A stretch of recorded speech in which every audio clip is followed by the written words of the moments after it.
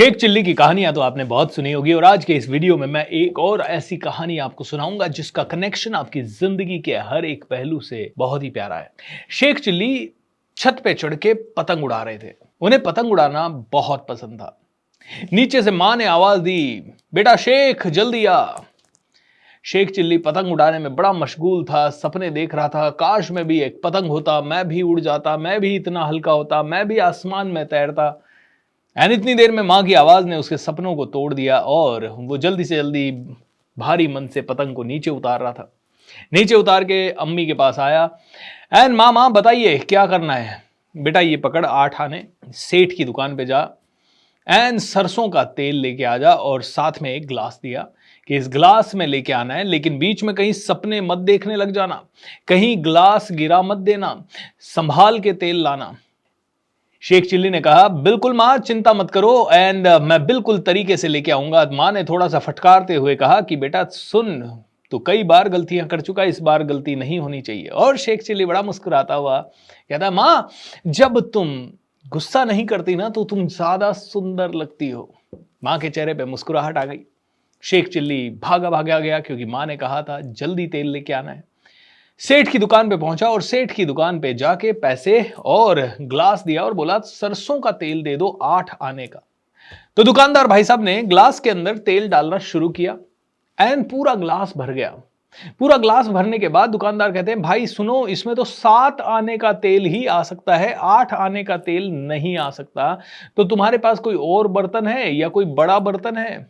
अब Sheikh chilli sir खुजाने लगा, बोले क्या करूं, मां ने तो बोला था 8 आने का तेल लाना है, तो मुझे तो 8 आने का ही तेल लेके जाना है। मां ने कोई बड़ा बर्तन भी नहीं दिया, दिया तो सिर्फ ये ग्लास ही दिया है, अब मैं क्या करूं?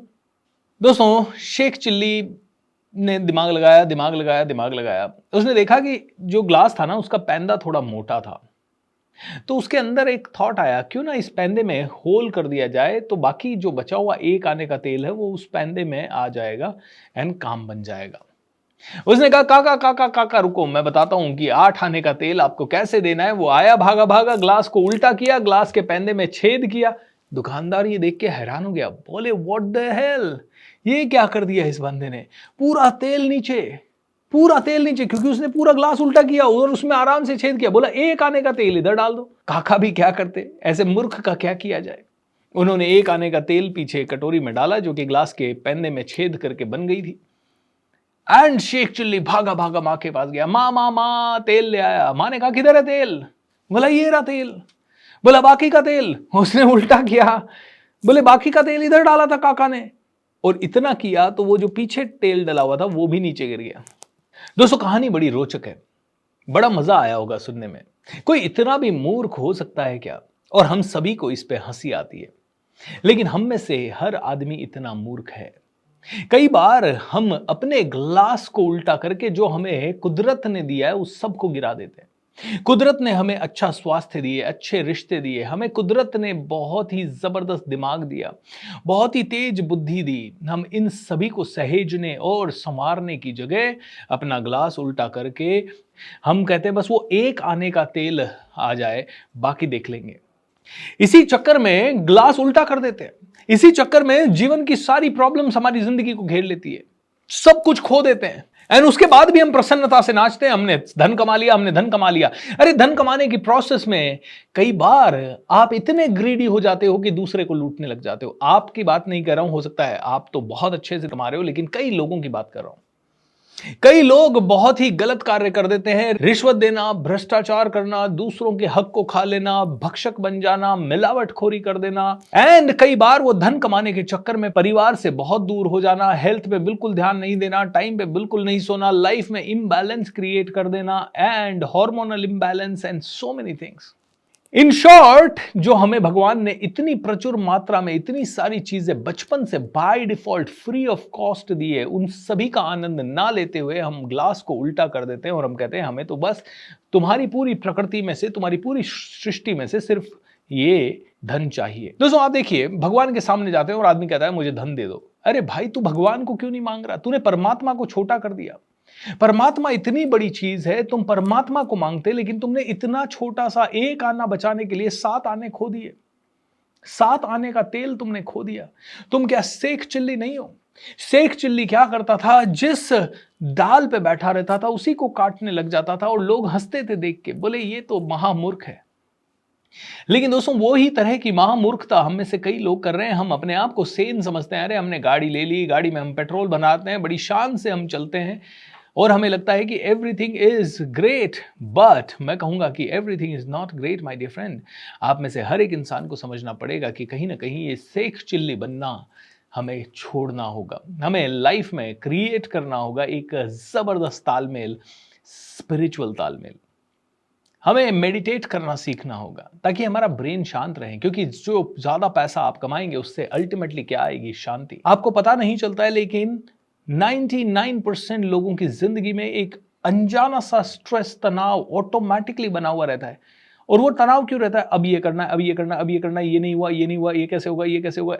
ऐसा एक गणित माइंड में कंटिन्यूअसली चलता रहता है, जिसके कारण ये माइंड शांति नहीं होता, जिसके कारण ये बॉडी कंटिन्यूअसली लंबे तनाव में है। आपको पता है हमारी बॉडी उस तनाव को झेलने के लिए बनी है, जैसे कि हमारे घर में किसी की डेथ हो गई या हमारे घर में किसी भी तरह का कोई नुकसान हो गया, जिसके कारण 4, 5, 6 दिन, 10 दिन, 20 दिन, 1 महीना, 2 महीने के तनाव, भयंकर रूप से कोई तनाव आता है, उसको बॉडी हमारी झेलने के लिए बनी है।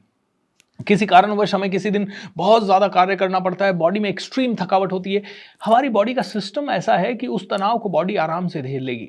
लेकिन जो ये तनाव जो है ना, पैसे कंटिन्यूअसली कमाने का, कंटिन्यूअसली पैसे देने की चिंता, कंटिन्यूअसली पैसे सहेजने की चिंता, कंटिन्यूअसली रिश्तों में कुछ कैलकुलेशन चलती रहती है, ये वाली जो चिंताएं हैं, ये तनाव जब कंटिन्यूअसली लाइफ में बहुत लंबे समय तक बना हुआ है, बॉडी इसको झेलने के लिए नहीं बनी है। इसके कारण सारे ऑर्गन्स कंफ्यूज हो रहे हैं, इसके कारण बॉडी का पूरा क्लॉक, पूरा साइकिल कंफ्यूज हो रहा है।